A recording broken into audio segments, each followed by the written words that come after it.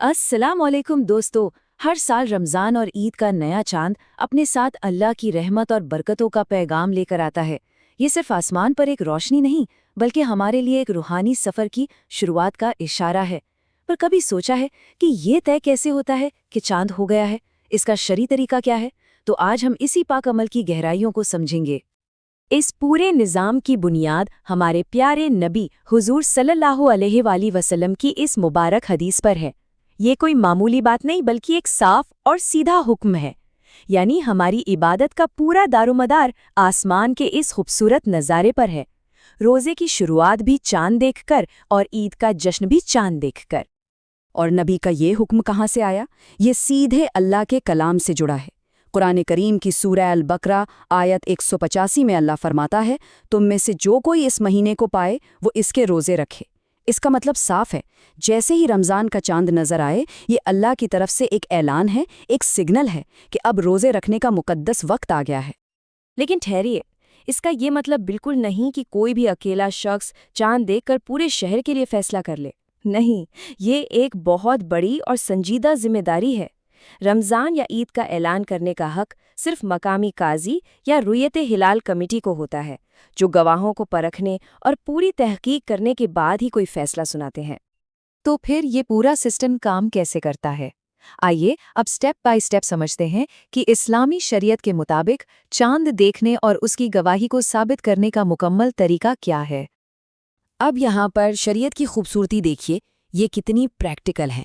इस्लामी कानून आसमान के हालात के हिसाब से सबूत की शर्तें बदल देता है। अगर आसमान बिल्कुल शीशे की तरह साफ है, जहाँ चांद दिखने की पूरी उम्मीद हो, तो जाहिर है चांद कई लोगों को दिखना चाहिए। ऐसे में एक दो लोगों की गवाही काफ़ी नहीं होगी, बल्कि एक बड़ी जमात की गवाही चाहिए, ताकि किसी भी शक की कोई गुंजाइश बाकी ना रहे। और अगर मान लीजिए आसमान में बादल हैं या धूल है, यानी मुतला साफ नहीं है, तो यहाँ शरीयत हमें आसानी देती है।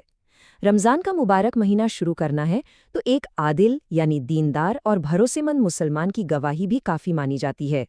लेकिन ईद के चांद के लिए मामला थोड़ा और पुख्ता होना चाहिए। उसके लिए कम से कम 2 भरोसेमंद मर्द या एक मर्द और 2 भरोसेमंद औरतों की गवाही ज़रूरी है। तो बात सिर्फ चांद देखने की नहीं है, ये एक पूरा प्रॉपर 4 स्टेप का प्रोसेस है।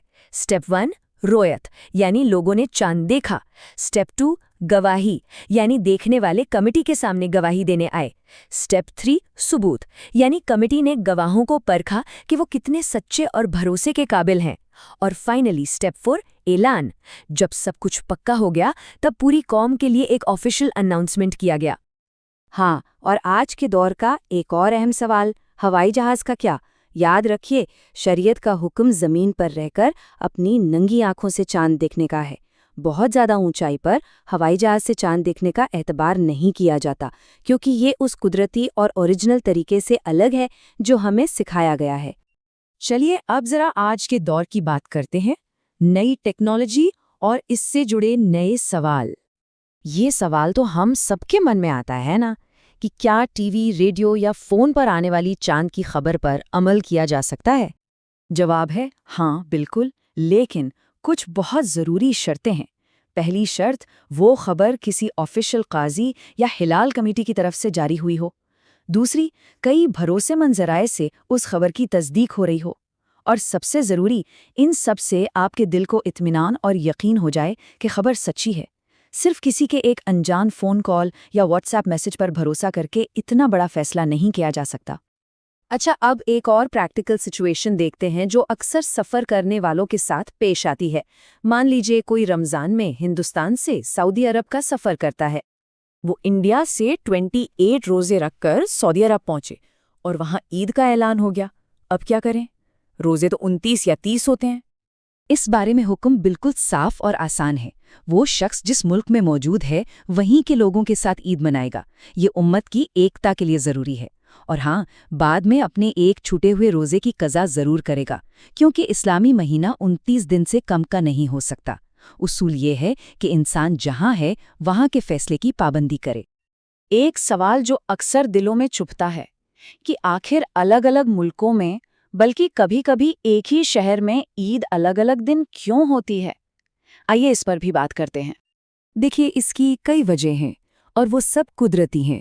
پہلی بات تو یہ ہے کہ اسلامی مہینہ ہی 29 یا 30 دن کا ہو سکتا ہے۔ پھر ہر جگہ کا موسم ایک جیسا نہیں ہوتا، کہیں بادل ہیں، کہیں آسمان صاف ہے، یہاں تک کہ چاند کی عمر اور موٹائی بھی ہر جگہ سے ایک جیسی نہیں دکھتی۔ دیکھنے والوں کی نظر اور ان کی سچائی میں بھی فرق ہو سکتا ہے۔ یہ سب جائز وجہ ہیں۔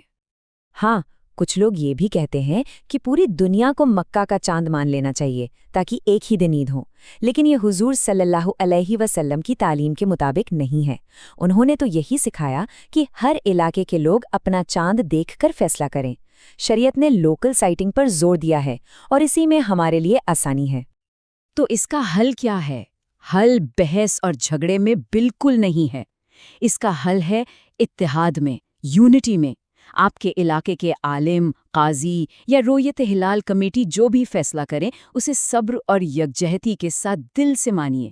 اسی میں امت کی بھلائی اور شان ہے۔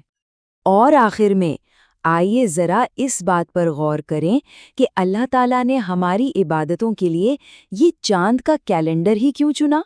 اس میں آخر کیا حکمت اور رحمت چھپی ہے؟